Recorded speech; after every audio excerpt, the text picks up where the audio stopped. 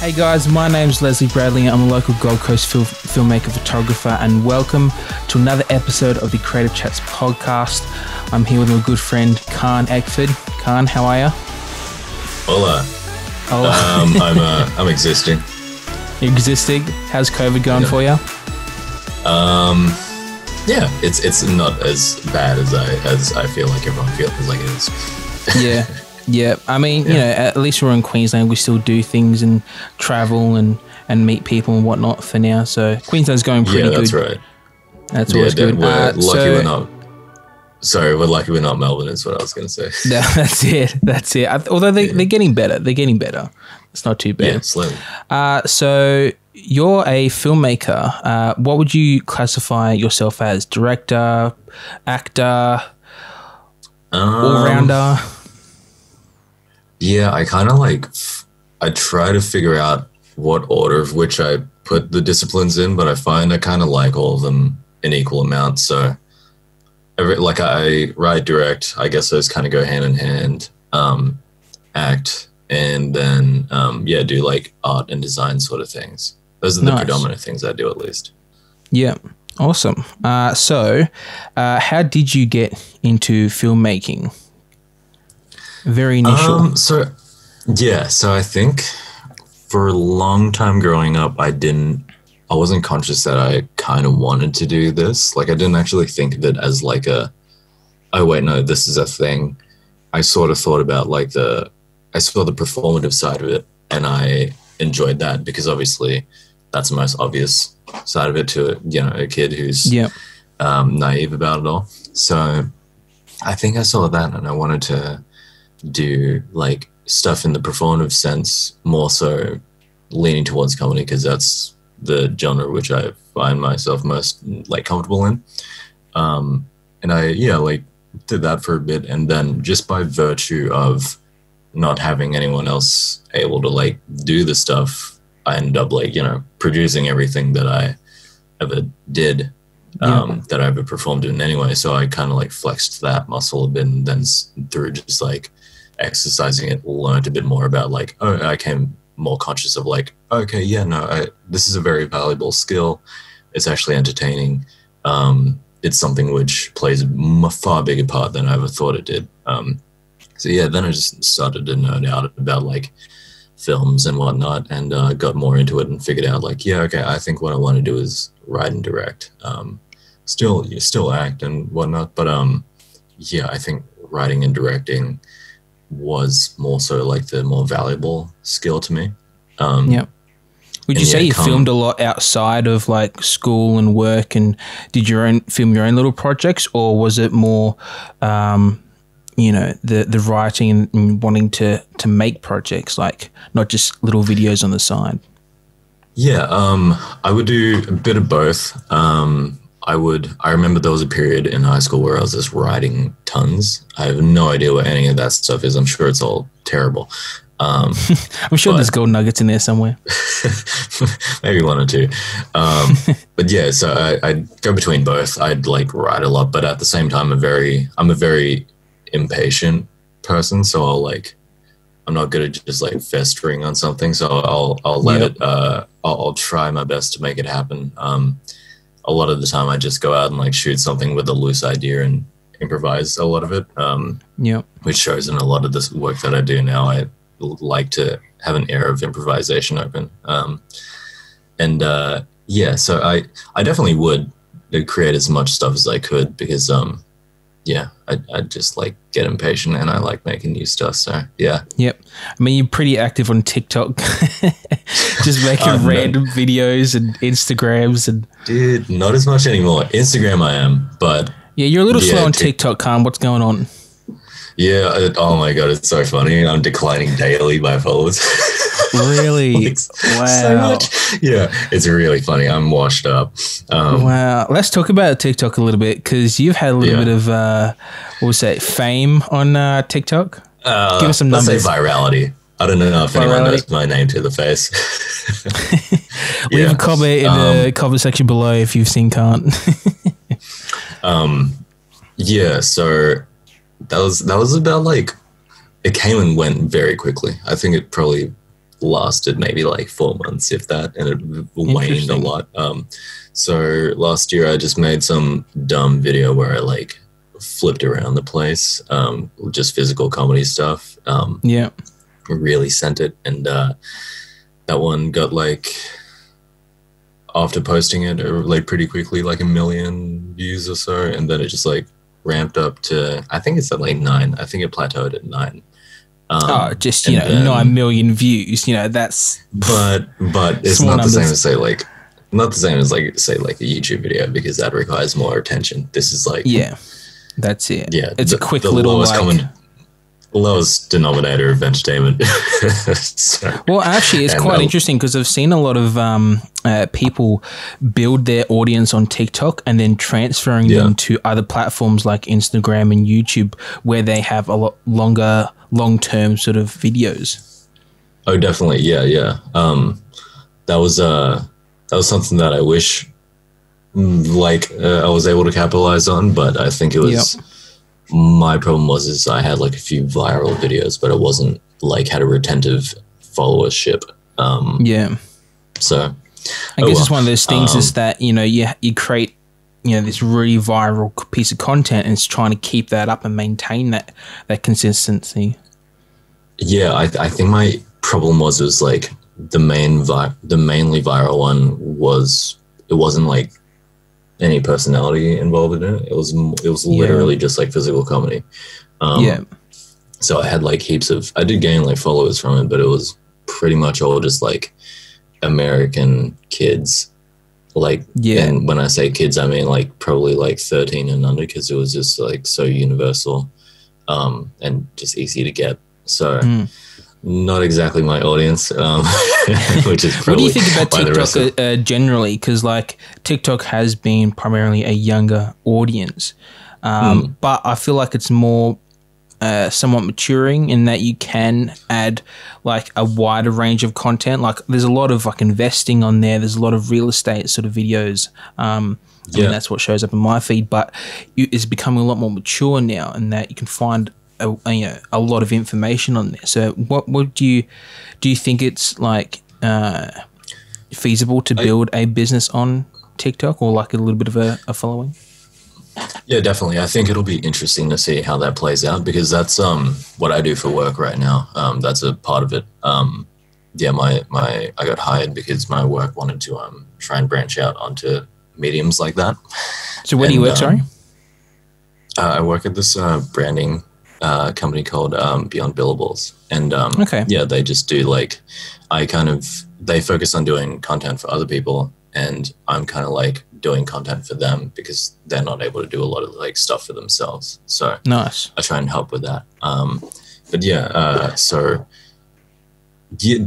Exactly. Like a lot of businesses and professional types are trying to leverage TikTok to try and get more of a followership and more attention. And it definitely works for some people. But it's an interesting thing. I feel like it's kind of like in a premature state of it becoming the norm. Because I feel like it's the same as Instagram, where it was kind of like, when it was first made, it was purely just a social, personable thing. But now it's obviously like, I'd say it's blown up. More businesses than like you go through. Well, was it every 7th post or something like that is an ad of some sort? That's crazy. Yeah, and I go through my feed, and I would say that I'm being advertised to with people I'm following probably like 60-70% of the time in some regard. So I think it's probably going to go the same route.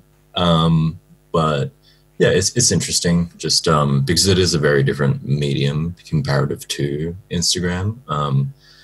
And it's I don't know. It'll be interesting to see, because it is something which is almost like, it's tough to do straight business on there. Like you can't. Yeah. You got to kind of like move slightly to the left of what your actual like business does. Like you can't just do a straight up ad, because people go on TikTok to laugh mostly.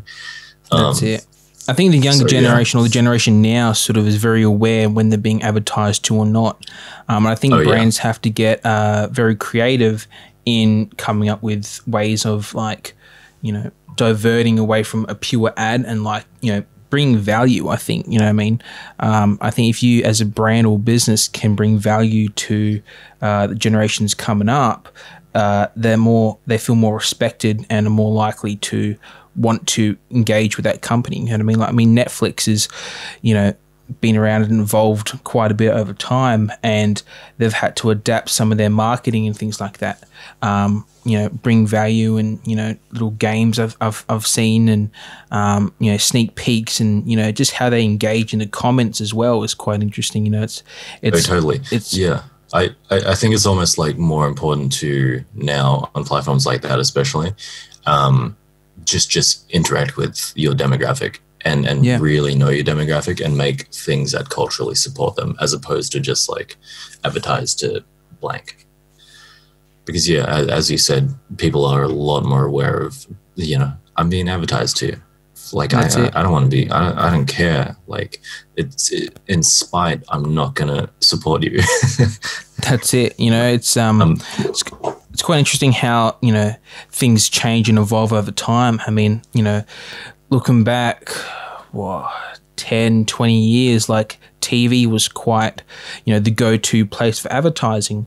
And now it's, you know, the attention's on the phone, on the laptops, on the internet, you know what I mean, iPads and things like that. And I saw an ad, a few months ago on Channel 7 advertising that they have spots available to advertise. I'm like, I've never seen that on Channel 7. So like they're getting desperate, you know what I mean? And I think what's interesting as well is that you probably would have noticed this in that because social media is very quick and, you know, fast paced, I've noticed that Channel 7 shows have become a lot faster now.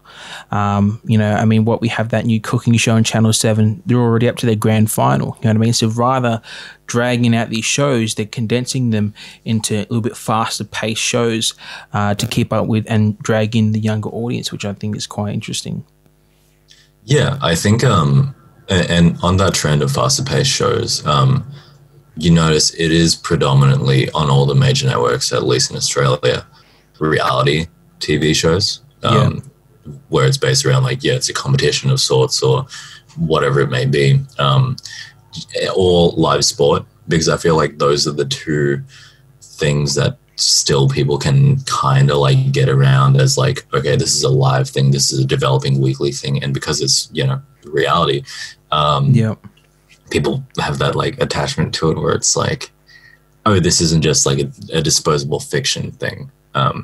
So I feel like, that's the only thing that's really working for them, because obviously streaming services have a complete monopoly control over any like form of fiction. But at the same time, you know, it's worth noting that Netflix, whenever they have a big show, you think about it, and it's those shows that everyone talks about.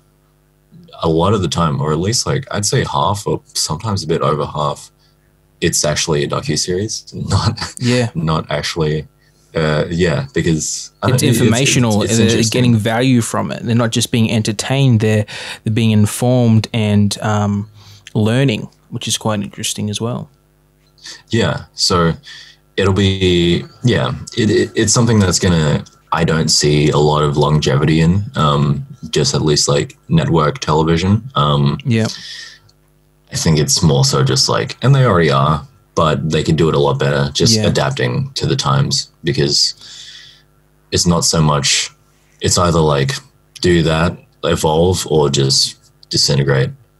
Well, everyone's sort of second screening when they watch TV. So, like, they'll have their show on, and then as soon as it cuts to commercials, they're instantly on their phone. They're instantly on their, the device, and so they're having two screens at the same time. And as soon as their show comes back on, they're back on the TV. So they're, advertising on TV, I think, is gone. Like, it's all about where the consumer attention is, and whether that's people are like, oh, is TikTok going to get banned and things like that? It's like, well, no. I mean, if they do, great, but like, don't just rely on TikTok. Be universal and, build up your audience and then try and divert them out to other social medias that you've built up, and like a website or, Facebook and things like that, which have been around for quite a while. Yeah, totally. And I'm sure pretty much everyone listening, including us, do that exact same thing. That's it. Yeah, I mean, you have to. You have to. Honestly, it's pretty bad. So getting back into filmmaking and things like that, we both went to Griffith Uni in South Bank. This sort of question is answered differently depending on who it is. So, like, why uni? What led you to go towards uni? Yeah, so I sort of thought I did juggle it at the time when I was nearing completing high school, if I should just do it independently or if I should study it at an institution. I think it was more supported, come on, go to a university by my parents. So I was like, okay, I'll do that. And then that discussion became like, okay, but do I do like filmmaking or acting? Because those are the two things which I was most passionate about at the time. And I figured, okay, well, this may be naive of me, but I feel like no, you know what? I'm not going to say it's naive of me. I'm right in saying this. Stick to your passion. I feel like I could have benefited more from learning in an institution filmmaking as opposed to acting, because with filmmaking there's so many more actual physical pieces of gear, resources that you require. So getting your hands on those things, or at least working with them and working with other people, which is another necessary part of it, is just that was a great way of actually physically, practically, tangibly learning, as opposed to acting, where I kind of thought obviously it's nice to have their resources that you would learn in an institution, but for the most part, a lot of I feel like it's a lot more of a psychological thing. Interesting. But at the same time, I sort of got both of what I wanted, because I went to film school to do filmmaking. So I developed that muscle, and at the same time, I didn't even think about it going into it, but I was like, oh yeah, shit, everyone around me is going to be doing projects. And I'm the easiest person to ask if they need a last minute actor or whatever. Yeah. But, they don't want to search. It's I'll definitely do it. So I ended up probably getting more experience acting, and networking as well. Everyone needs an actor for their projects, and networking. And if you're networking with people that's in your class in your year, you know what I mean, you're getting quite a bit of exposure for yourself and what you do. Totally, yeah. And I found because my predominant skill was writing and directing, it's the bigger one, so it's obviously not something you got to make it happen yourself. Otherwise, it's not there's a project up and it's who wants to write and direct it. Very rarely that happens, so it's tough for me to get onto other sets and get more reps in of actually practically doing it.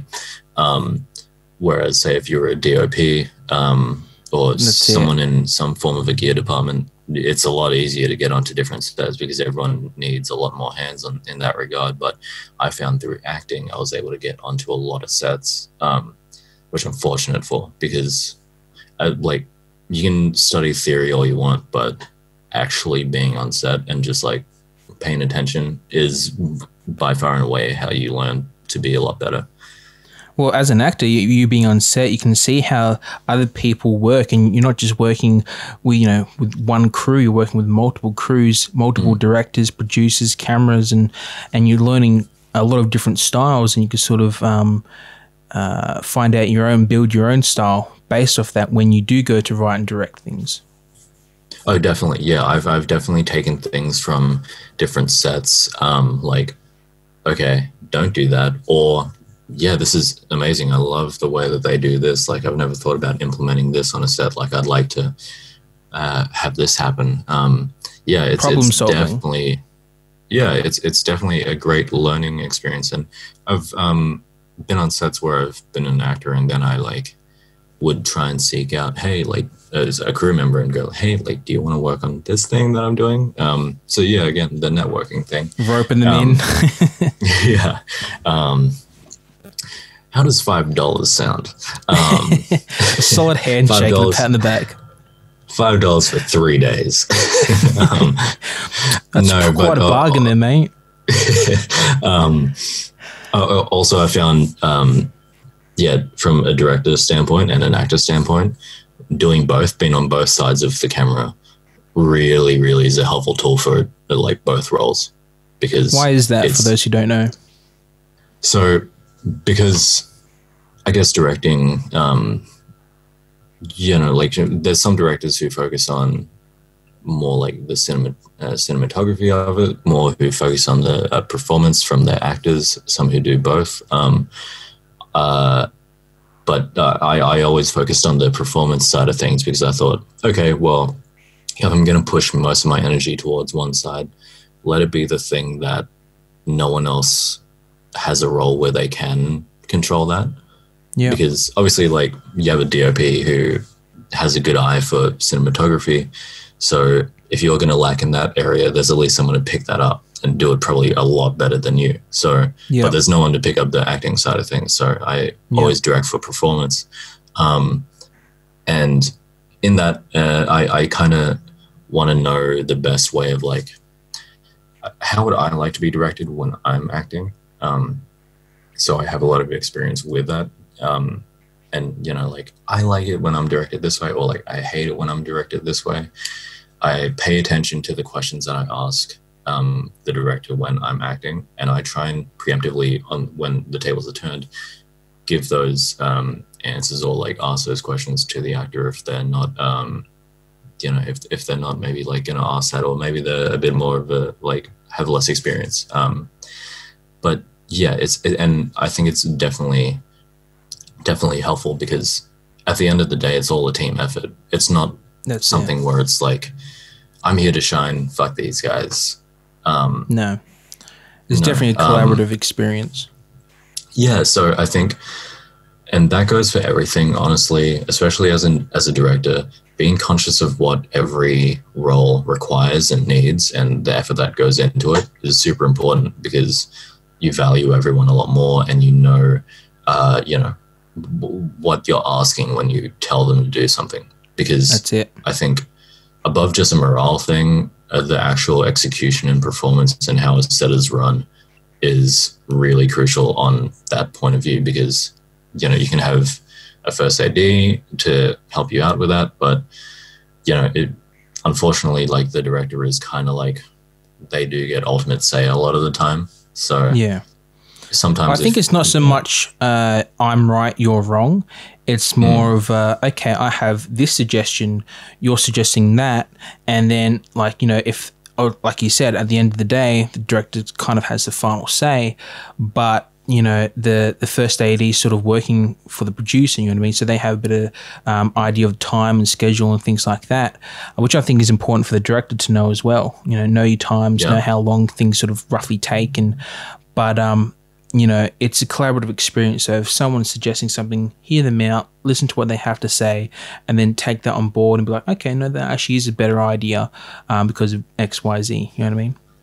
Definitely, yeah, because I've worked with directors who are very just stubborn in their ways, and that's like there's really great directors who are like that, but at the same time, that's not how I want to run my sets. Like, I want everyone to mostly have a good time, because I think when the crew has a good time, the actual end result ends up coming out better, because people have that incentive to try and make what they're doing good. And yeah, it just makes for so much nicer over time too. So yeah, I like to be very collaborative when I'm directing, because also say for my DOPs, when I'm working with my DOPs, I like to give them the blueprint, but then just let them have a lot of free range with it. Because obviously there's so much that they can creatively have an input in, and they have an eye where they're so keenly focused on cinematography, where like, which is worlds beyond mine. So I think it'd be naive to think, you know, I'd have a better eye for it than them. Yeah. So, and that goes to every role that has a play on like how it looks, like production design, especially, you know, give them a blueprint, let them flesh it out themselves, because a likely chance they'll do it a lot better than what my brain says. Yeah. Well, I think being collaborative experience, like, and allowing your team members, your crew members to input their ideas and things, it feels like it's, and I thought you brought this up, where it becomes so much more than just your idea. It's everyone's idea, and that therefore makes them want to work harder, you know, stay back, do extra things, go beyond their limits to try and achieve something, because they feel like, okay, he's actually listening to me, I feel validated, and then I want to help and do as much as I can for this project. Really, yeah, because I have so much respect for every department, because there's not a job that isn't tough on a set. No, that's it. Really, they're all hard. Yeah, so I think no role should be undermined. Every role's different, so yeah, and everyone has their all to give. Absolutely. What would you have done differently at uni? I think this is funny because I was on a grad slate, a third year film this year, last week. I just wrapped as an actor, and yeah, I was talking to some of the people there about it. They were asking me because obviously they knew I went there, and yeah, I think in the end it all came out like pretty nice. But obviously, in hindsight, if I had more time, earlier on, I probably would have gotten rid of any like headspace of, you know, this matters so much, because I definitely had, and also putting a time window on, like, I need to fucking make this happen by like this time, because I definitely had that. I was very tough on that and cynical in terms of like, you know, I'm good. Sorry, I'm swearing. Is that okay as well? No, you're all right. You're all good. Okay. It's all good. Like, you know, I'm good. Like, let me show it. You know, that's nothing. Like, let me show you what I can do. But I got rid of that by third year. I sound like I was an egotistical maniac. I wasn't an egotistical maniac. Well, you know. Well. This podcast finished, guys. Thanks so much for listening. I wasn't as bad as I'm making myself out to seem, but I had somewhat of a mentality of which. But then by third year, I decided, you know what? In the end, it doesn't really matter that much. Just try your best, make stuff that's cool, and if you enjoy it, that's all that really matters. Because why else are you doing it? You know? Yeah. So you put a lot of emphasis on succeeding at uni.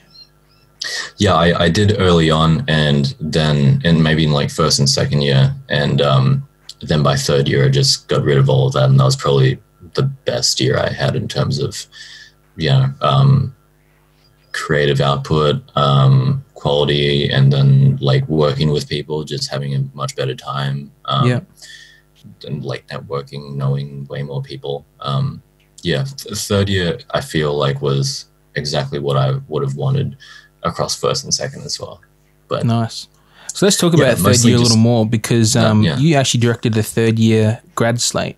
For those who don't know, at the end of Griffith 3 years at uni, the third year you all sort of work on these massive big projects, short films that you then develop and film throughout the year, and then market on and hopefully use those as like a stepping stone into the industry. And you actually wrote and directed a third year grad slate called The Suede Drapes.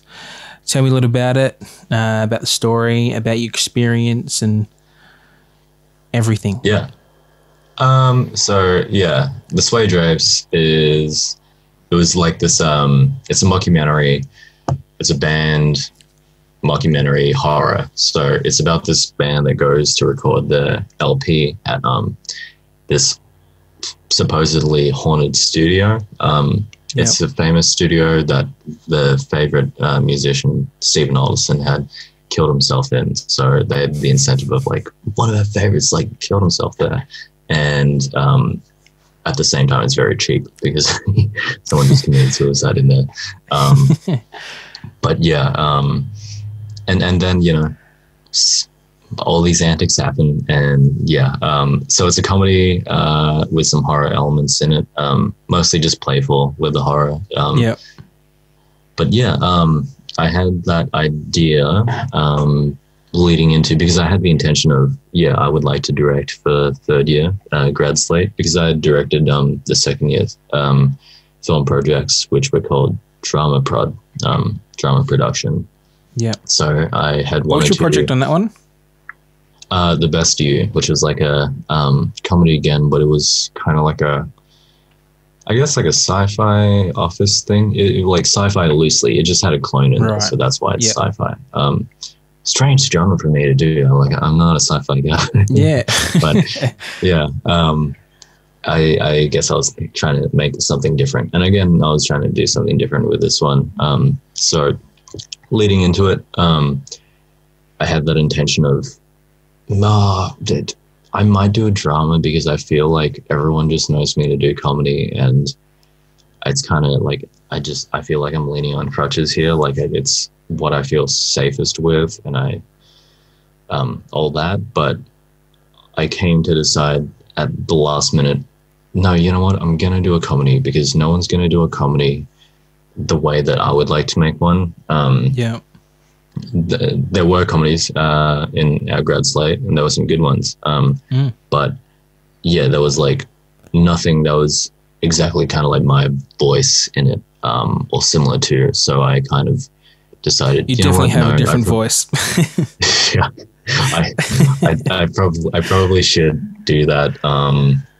And you know, it's a bigger project. Probably stay with something I'm comfortable in and try and do it well. So yeah.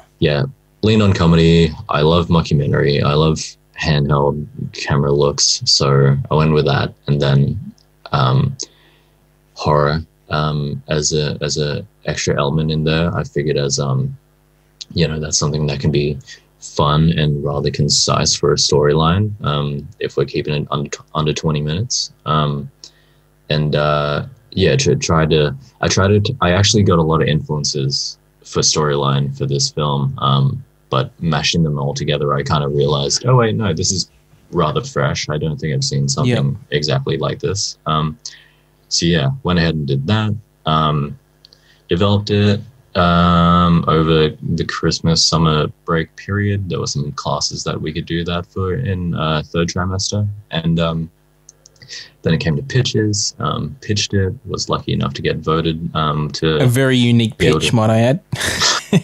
Yeah, bit of performance.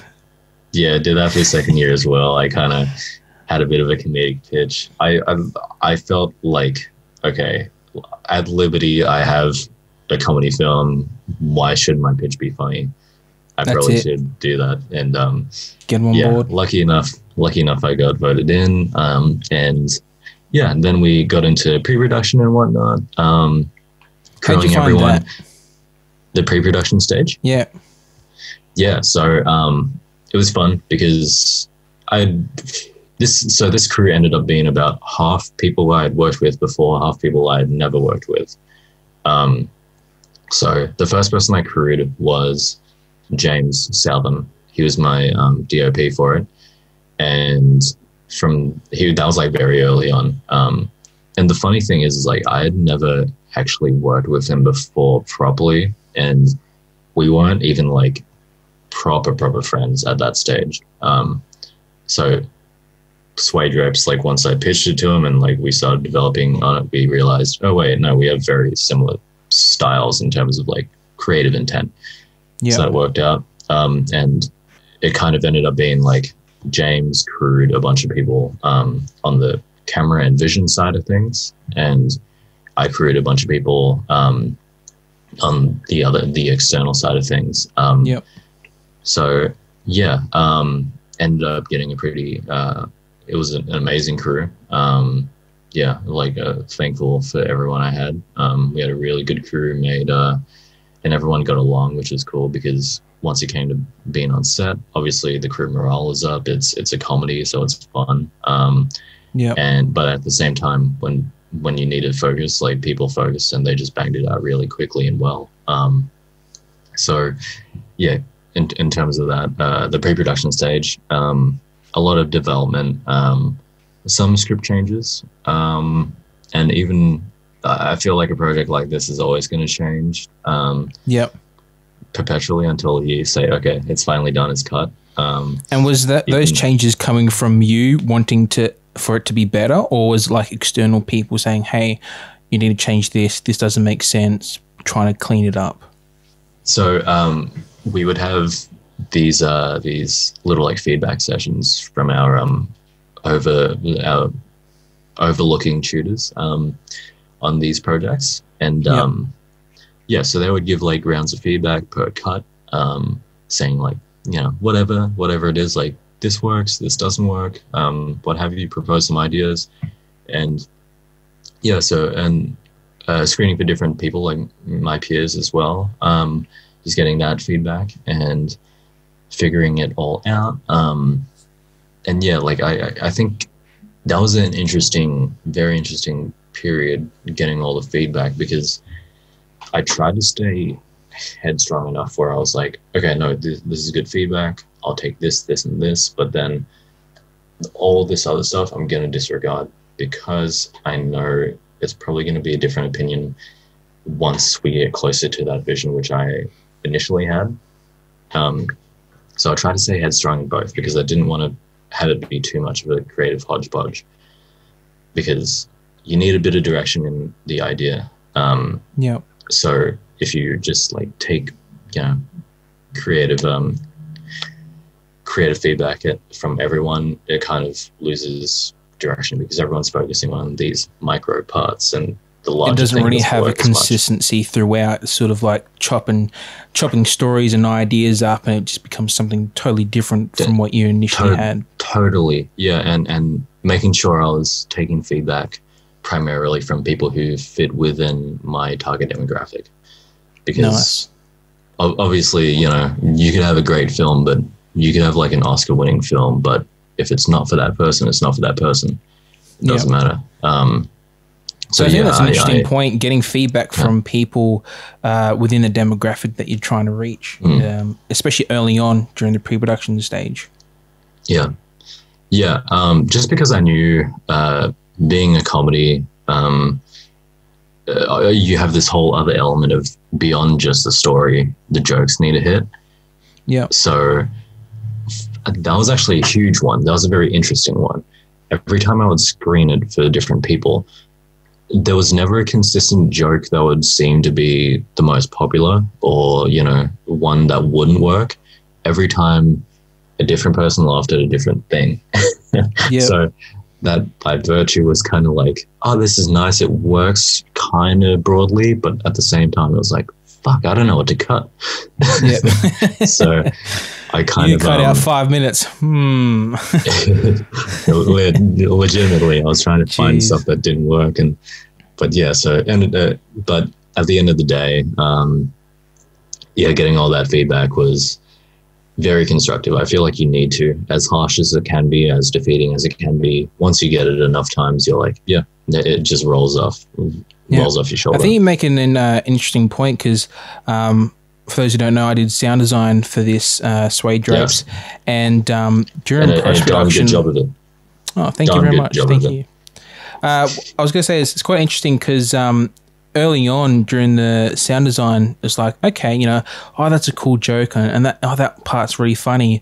But it wasn't until like the very end, when I started adding more and more elements and like comedy bits and sound effects and music, that I started getting more and more of the other jokes. And it's like, whoa, it's totally evolving over time to becoming so much more. And there's like that one part that it was in the mixing room, recording room, and I added that little sound effect thing, and it changed that whole dynamic of the scene. And I was like, damn, like, and that's sort of where like sound design plays like a big part, like 50% of a film. And mate, it was such a cool experience, you know what I mean? And, I think collaborating with you was a very good experience as well. So many Likewise, laughs. thank you. So many laughs. But, no, you were going to say? Yeah, I was going to say that, yeah, that's another thing too, is I definitely really didn't undermine the fact that, yeah, sound plays a massive part in this, in any film, but like, especially I think comedies and anything that needs to garner a reaction, an immediate reaction from an audience. So say a comedy or a horror, this was both. Sound plays way, way, way bigger of a role in the delivery of the jokes or the scares that you would think. So yeah, and that was a big thing too. That's why we did a whole temp sound mix while we were editing before you, because obviously we had a bunch of sound that we just got rid of and then like reconstructed when it came down to the proper sound design. But in the cuts, we made sure to just put in a bunch of temp sound anyway, just so when we were screening it for people, they were getting the right intent. Because as you said, whole jokes would come together just because of a sound. And, interesting thing in getting feedback. Remember how we were in the little editing suites, with the multiple computers, and it was like close to like final delivery, and I was still adding in like sound effects for like the final scene, and I was getting feedback from James and a whole bunch of other people on, what do you think of the sound design? And they're like, oh, you need more of this and add a little bit of that, and would add it, and then even though they've just seen the scene, them watching it again, they get a whole new reaction just from the sound effects alone. You know what I mean? It's just crazy how much small little bits of information leads to so much more imagination in the mind. And when we screened it at the awards, just watching, because I was at the back of the room, just watching people's reaction and whatnot to it, I was like, damn, that's crazy. Like, it could have been so different, but like just, and that's been helpful for me in other sound design stuff. And I'm sure it's with you, like those little moments you learn, it's like, okay, you need to spend the time and put the effort into creating, adding an extra sound. It might take you half an hour to find a sound effect, but putting that in adds so much more. Oh, definitely. Yeah. It like, cannot stress it enough. Focus on sound design, people. Especially if it's something like a comedy or a horror, because those are big defining points and beats. Well, that's it. Comedy has its sort of sound effects, and then horror has their own sort of sound effect elements, and trying to mesh those two together was very, very interesting. Yeah. Well, it's quite a challenge though, because it's I quite enjoyed the project, and it was definitely a challenge, but from that I've learned so much from the experience, and honestly it's turned out really, really good. You should be very proud of it. And speaking of Suede Drapes and finishing, where is it now? What's happened to it after uni? First of all, thank you. No worries. And you should be proud of it too. You played a significant part. Thank you. No, it's very good. Very proud of it. Yes. So right now, obviously the intent was to take it to festivals, but then COVID-19 kind of hit and ruined a bunch of that. Obviously there's some online festivals, but I've sort of figured it's kind of not the ideal for it. And I have no problem just hanging on to it. Because I feel like it's not dipping in quality of what I'm able to do. I feel like it's still up to par with what I'm capable of now. Like I haven't surpassed it, so it wouldn't be like if I released it a year later, it wouldn't be like, oh, this is kind of bad for him. This is old work. I've evolved. It's still something which I'm very proud of, and I think is pretty much maybe one of the best things I've done. So I'm happy to hold on to it. Just wait until the right opportunities come up to, send it off to festivals, screen it, and whatnot. Was it always the goal to release them to film festivals? Yeah, I think so. Just out of the sense of it's good. It potentially may have like good networking and like opportunity goals for it. And it's a good. What James said was it's a good stamp of my identity in a film. It's because it's very my style. So I think that as well, it's a good stamp as a director. So trying to do that beforehand, but yeah, send it out to festivals and then eventually let it live somewhere online is the goal. Because I would like to have it out. Though I feel like I've screened it for pretty much everyone at this point. But yeah, that's the intent still, but just a bit of a fork in the road with COVID. But yeah, still there. Do you think film festivals sort of hold up as much as they did before? Because I feel like, the traditional thing is you make a film, put it out to film festivals, hopefully get some distribution thing and funding for bigger and better projects. Whereas some people debate that sort of changing, not so much the way to go. Just release it online and, market it yourself, or, try and get funding privately and, invest in it in the second one. And yeah, so I think I definitely think both answers to that are valid, both sides of it, because I think it just depends on what the project is. Yep. So yeah, like I think for this one, yeah, I am keen to get it out, but at the same time, as I said before, like if I hang on to it for even another year, I don't think it's going to be a dip in my quality or my voice. Yep. So I'm, there's no risk in me running it through festivals and then releasing it. But yeah, like that's an absolutely valid statement saying that, certain projects may just benefit from just being released. Like they might not have much of a place in a festival circuit, especially if it's, catered towards being an online thing, if it's very digestible in that sense. But for something, because Suede Drapes runtime is just below 20 minutes, it is like a rather like, it is a short film sort of thing. I think it's 19, it's early 19 minutes if you exclude like the, technical preset stuff before it actually starts. Over the film school requirements, might I add? Yeah. That's funny. I thought it was like 15 minutes or something like that, and you've pushed it to like 18, 19 minutes. I'm like, mate, risky. Oh, well, it won Best Production, so that's fine. That's it. Best Film, why not?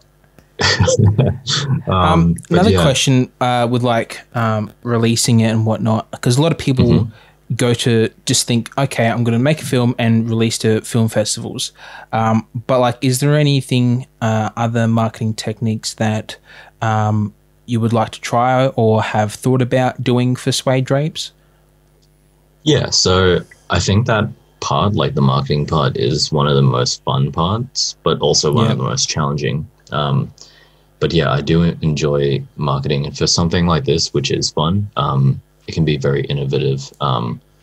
We actually have a bunch of like Canon outtake sort of behind the scene, not behind the scenes, like outtake alternate cut sort of things that we cut out from the full film that we can use for promotional purposes. So we're going to do a bunch of that stuff. Nice.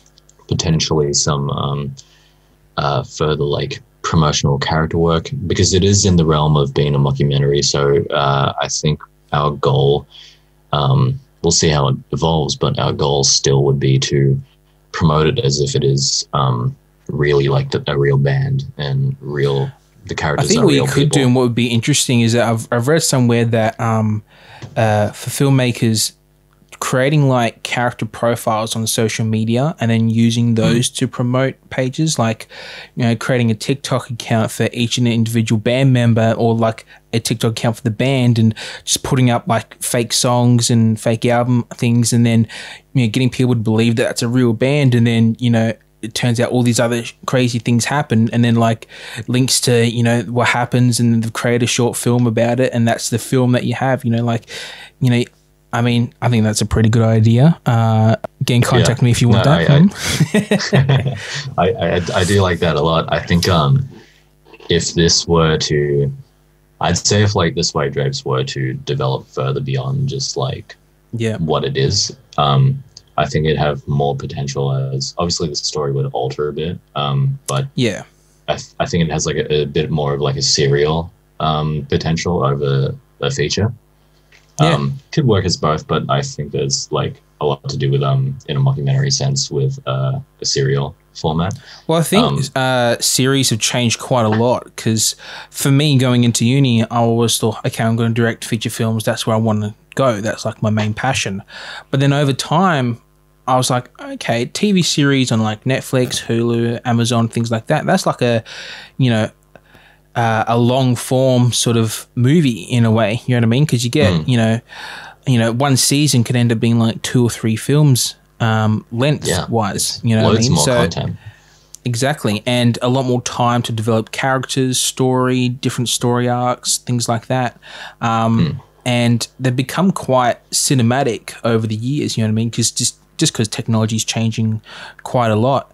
But I had this mindset that TV series was like your Home and Aways, your Neighbours, those type of episodic ones. I was like, that's not really what I want to do. But now, you know, with streaming and like, you know, like you said, Netflix brings out a new show, and then pretty much everyone's watched it already, and they're constantly wanting more and more content. Yeah, no, I definitely think I think I was the same. But yeah, now I think TV, like a serial format, is perhaps what I'd like to do more than a feature. Nice. Because I think, but you know, I love both. Would not, I mean, as like if I got approached to do either, I'd be like, yeah. But, hey, Khan, could you do a feature film next? Look, I'd rather just do TV series, mate. TV kid. Talk to me later. That's where the future is. Yeah. Even though like TV is declining. Traditional TV. I want to direct an episode of Home and Away. That seems like a good career thing. I mean, if you're an actor, I mean, look at Chris Hemsworth. He's a track record. Right? I feel like that's funny. Like people talk about like they were on that show, and it's like, yeah, but how many other people were on that show? Oh, so many people. I mean, like, I watched a clip the other day, and there's like a kid who was on Home and Away. And have you seen The Purge? Yeah. The Purge films? Yeah. I think the recent one where like this guy knocks on the door, and I was like, that's the kid from Home and Away, like all grown up now. He's doing Purge films. Yet Chris Hemsworth is doing bloody Thor and Marvel. I'm like, yeah. You know, just because you're on Home and Away don't mean you're going to get those blockbuster, you know, feature films. But, you know, he's still making it in the industry, so that's all good. Yeah. What have you done after uni? Because like you got Suede Drapes, that's kind of like on the hold. What other things are you doing to remain active? Yeah, so as of now, this past year, kind of a different year because of COVID, putting a halt on a lot of productions. But I've been doing personally a lot of design and like animation kinds of work. So still contributing towards films and, you know, pieces of media content, but just doing like a bunch of animation, like simple things like animated titles or like intro sequences. And is that for you just personal thing, or like is it just practice, or is that for someone else? It's for other people. Lately, this past year. But yeah, and then I also run like a little shirt thing. We make like some shirts, some designs with myself and Mungo called Studio Labs. So some more design work, I guess, which is more in terms of for me a bit more than for different projects, but nonetheless both are fun. I've also in the recent months, as things have started to ease up a lot more, and you know, doing bigger productions is a bit more of a feasible thing. Been able to do some directing and some acting things. yeah, I'm working with my mate, doing a bunch of music videos that are yet, soon to be coming out in the Nice. next coming months. I animated a music video for his band. Yeah, a couple other music videos that are in edits right now.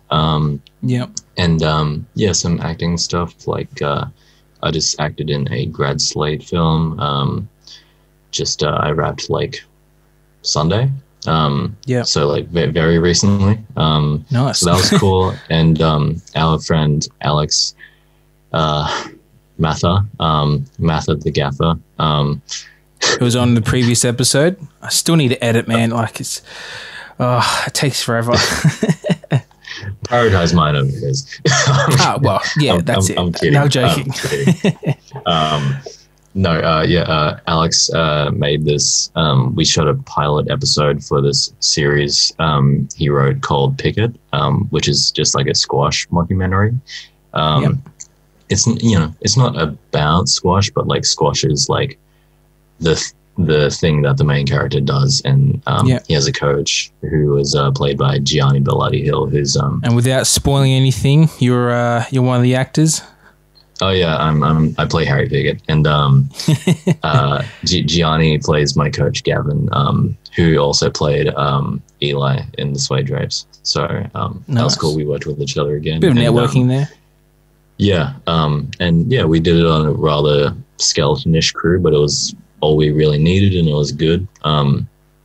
You and I were both on that. Yeah. And that's really fun. Like I will say, like out of everything I've done this year, Picket was probably the most fun that I've had. Yeah. Keen to see how that develops. We're just currently running it through a bunch of different avenues to try and get funding or whatnot. But so far that's pretty much what I've been up to. And keen to see the ball keep rolling, because I think things are finally like, okay, we've got the green light. We can all start chugging our engines again. Yeah. You mentioned that you're doing music videos and things like that. Have you directed any music videos before or during uni? Actually, that's the one thing that I like really, really, really wanted to do for a long time, apart from just bigger pieces of content like films or TV. But I never had the chance to. Is it the first music video I directed? Yeah, the first music video I directed is one that's being cut right now. It's for this group, Order 66. They're really great. It's a great song. Cool guys. And that's coming out around about, what's the date today? 20. I won't disclose that for editing's sake. But a couple of months. That'll be coming out in late October. So nice. Keen on that to come out. That's my main thing now, I think, as a director, is trying to work on a lot of music videos. But yeah, I'd also still be keen to have some narrative short films come out eventually. I've got a couple written just yet to push into production, but they're there. For those who want to get into music videos, how would you go about? How do you search for bands? How do you get in contact with them? Like for someone who's never done music video before, how would you sort of get into that sort of realm? Yeah, to be honest, I wish I knew better. I got lucky through just being attached to people. Like, say, James got approached about the Order 66 music video, and I'm like just James's directing partner pretty much, because he's predominantly focused on being a producer and DOP if the project suits him, and editing as well. So I'm the director when it comes down to those things. So I was lucky enough to get that opportunity through him. And then other ones are just like through word of mouth through other people. So I've been lucky enough where I've just, I guess the advice that I could give in terms of what I've done is just don't wait for things to happen. Keep building your portfolio in any way you can, whether it be, just creating pieces for yourself, whatever it may Yep. be. Develop a style or show what you're capable of doing. So when time comes, you never know who it is. May refer you, and they see what you're capable of. They show you some work. Yep. You have something already there that they can trust. So in terms of contacting, kind of tough. It's unfortunate. There's a lot of stuff in the film industry like this, but yeah, it's kind of like you need previous work as an easy way of going like, That's it. oh yeah, no, You need that's to have cool. pieces of work to get work. It's like it's the cat and mouse thing. It's like, what do you do? toughest thing. Kind of got to know the right people, sort of thing, which I guess is like in a very small way what I've been fortunate enough with. But yeah, it's kind of like my only real piece of advice that I can give is just build that portfolio, and because you never know when an opportunity is going to come your way. So yeah. Yep. Awesome. Good advice. Good information. Now, to wrap this podcast up, I've got 3 questions that I ask every guest on the show. So first question is, out of everything that you've done so far, what would you change and why? I will say the attitude thing and the mentality. Yep. That I wish I just took an ease on everything, didn't be too hard on that a lot earlier on, because it's done a lot for me as a person and as a creator. A lot made me better at just everything in that regard. Anything else different? I feel like that's the biggest thing to me, really, because that's done so much for me. It's allowed me to like work with so many more different people, make better work, just have a little more fun while I'm doing it too, and yeah, I think leave a better impression. I think that's maybe the biggest thing.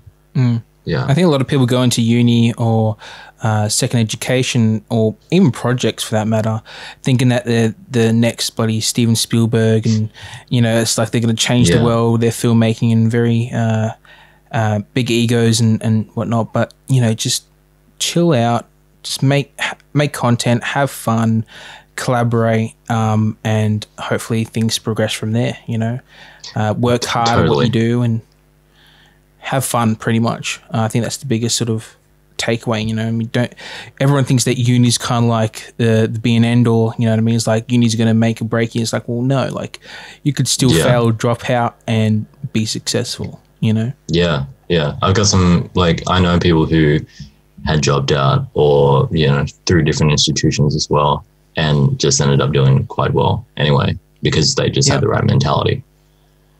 Well, I had Seth on the podcast, and he had some good information that he's still doing uni. This is his 4th year, but because he dropped a couple of classes and pushed him back and whatnot, because he wanted to concentrate on freelancing and pushing content and just making content there, and that sort of led to where he is now, making more content, bigger clients and things like that now. So it's quite interesting to see how everyone's gone differently. Like, you decided to push to do a 3rd-year project, he decided to push to do other freelance stuff, yet you're still both doing stuff in the industry, which is quite interesting.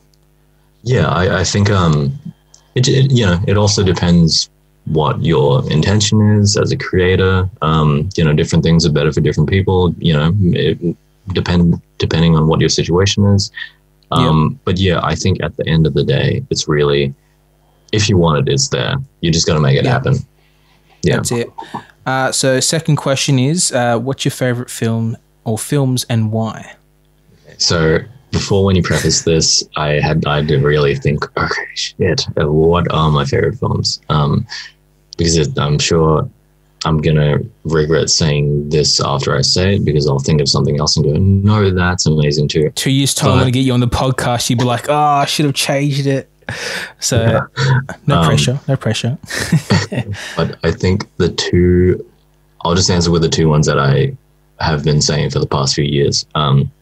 So Paul Thomas Anderson's The Master with Philip Seymour Hoffman and Joaquin Phoenix.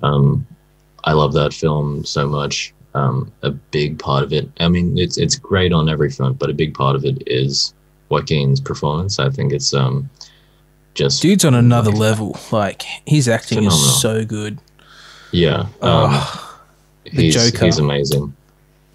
Yeah, Beautiful. honestly, he's never done a bad one. He's never done a bad performance. Yeah. A bad performance to him is only by virtue of the film not giving him much.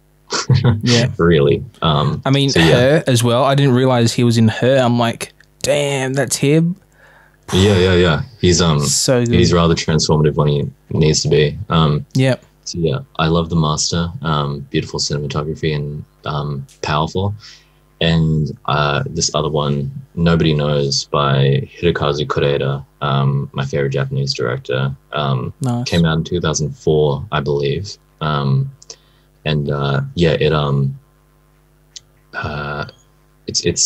It stars pretty much like an all kid cast. It's just like about this low, like socioeconomically low end family in Japan, and there's 4 kids, 2 older ones around about like 10, 11, 12ish, and then 2 younger kids, and their mum kind of just abandons them in their apartment, and the eldest boy just starts to have to look after his family and whatnot, and it's really, really just a great film. I won't spoil anything, but I love it in this. Yeah, I just cannot stress it enough to anyone. What I love about it is both of these films are dramas. I'm realizing, not comedies at all. Interesting. Yeah, but do you watch a lot of comedies and like a lot of comedies, or? I used to, but I feel like comedies are fun. Like, I don't know, they're good, but at the same time, it's hard to find good comedies with like a lot of substance behind them that like have longer lasting. They don't have a lot of like rewatchability. Power. They're just sort of fun in the moment, to lift you up, sort of things, and then after that, you don't really think about it and be like, start questioning things, and because it's happened quite a few times. Like, you watch a film and you come back and it's like, wow, that's like changed my perspective on a lot of different things. Exactly. Yeah. A lot of them don't have that power, unfortunately. But about that Nobody Knows film, what I love about Hirokazu Koreeda as a director is he really goes bare bones on it. Like, he doesn't do anything flashy, but he really focuses heavy on the performances, and he has a lot of like wide shots, a lot of wide just on sticks, still shots inside of houses or wherever it may be, and he just lets the characters exist in that moment. So it's a less is more approach to things, and I think it's really, really, really fantastic, and it's very slice of life where at times you don't even know where the narrative's really going. You kind of forget that the narrative's happening, but you're invested in the characters, and that's what keeps you going. So yeah, I enjoy those both a lot, and I realized I enjoy them both so much because of a performance sake. So that's my bias. You bring up an interesting topic with like older films. I find that they take a little bit of time to get into them. You really need to like concentrate on the story and the characters, and investing a lot of time. But with social media changing, how we as a human race, taking content, everything's so fast paced, quick, constantly changing all the time.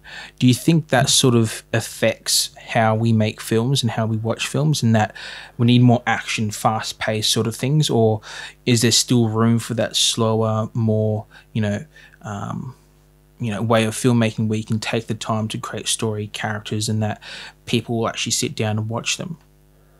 Yeah, I think in a mainstream sense, definitely.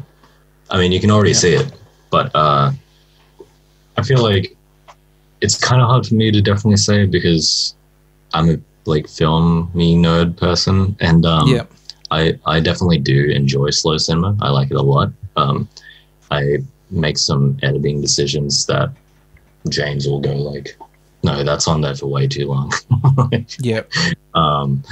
But yeah, I think definitely at least in mainstream, and you can already see it. Like everything moves so fast, or there's a lot of bells and whistles on there to keep, if it is a longer shot, like just to keep your attention there. It's unfortunate. I find myself in that trap of I just need to focus on this thing and stop being so ADHD about it all. But yeah, I think because the director side of you wants to be like, okay, this is really artistic and I'm saying something here, but then it's like, you know, as a viewer, like, you know, it's not really keeping my attention and things like that. So it's kind of like that debate between filmmaker and film watcher. Yeah, I think serial pieces of content are maybe the best for that sake, because they're able to episode by episode have a different mini objective and keep the viewer engaged, but they have that long-term payoff in the overall. So I think maybe that's why you see a lot of serial pieces of content being the biggest things right now over films. Yeah, I don't know. Sweet. All right, and to wrap it up, last question: where can we find you on social media? Yep, I'm at David Dobrik on Instagram. Nice. I own that. I'm at, I believe it's just my name, no spaces, no underscores or anything. Something like that. Yeah, I'll put all links down in the description. Just Khan Eckford on Instagram. That's where I'm most present. Any YouTubes, any Facebook pages? No, just go to my Instagram and then like all my other accounts in my bio there. Do you want me to link your TikTok? Nah, that shit's dead. Because you're gonna get so many views and likes from this. Yeah, I uploaded one like the other day. I've got like 66k followers, and it got like below 100 views. I'm like, how does that work? Jeez. The momentum. Yeah, so I'm dead. Awesome. Who are you? Yeah. So, and my other things are my clothing project, Sugi Labs. I'm just reading my bio. Art account is Sugimoto Stuff. My production account that I have alongside James and Scott Dunbar is Digital Cowboy. And also one YouTube thing you can watch. Not a very good mark of my filmmaking, but it's called Vibecam. Vibecam, yes. Okay, I have to link that in. That's pretty funny. It's just basically you and a little handy cam going around filming your like parties, events, and this little bad boy, this little JVC Iveria. Oh jeez, it's breaking. The outer ring is snapped off. I can't close the lens properly. And how much was that camera? $60 from our Facebook Marketplace. That's too expensive, man. Spend way too much on gear. But see, I think that goes to show that, you know, you don't need the high-end cameras just to have a bit of fun and, you know, flex your creative itch. Just go out, create content. Exactly. Yeah, that's actually, I'll leave it with a motto. More expensive doesn't always mean good. Limitations doesn't always mean bad. Beautiful. Thank you so much for being on the Creative Chats podcast. To check out the Creative Chats podcast, all the links will be in the description below. You can watch them on YouTube at Creative Row Studios, on Spotify and Apple iTunes. Search Creative Row Studios. And thank you guys so much for watching and listening. We'll see you on the next episode. Bye. I love you.